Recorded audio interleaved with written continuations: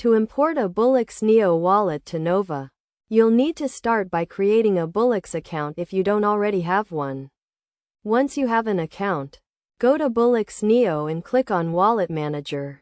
Located on the left-hand side, inside Wallet Manager, you'll need to have a wallet. Typically, one is created by default when you create your BullX account, but you can also create a new one.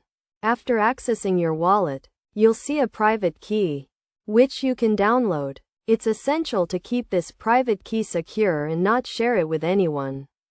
However, for the purpose of importing your wallet to Nova, you'll need to copy the private key.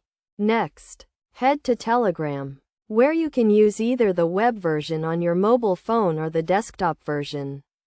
Search for the Nova bot, then hover over the menu and click on it.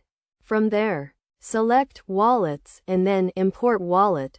You'll be prompted to name your wallet, so choose a name, for example, BullX Neo, and press Enter. You'll then be asked to enter the private key of the wallet, at which point you can paste the key you copied earlier. Once you click Enter, your wallet will be imported to Nova from BullX Neo. This process should be straightforward, and with these steps, you should be able to successfully import your wallet.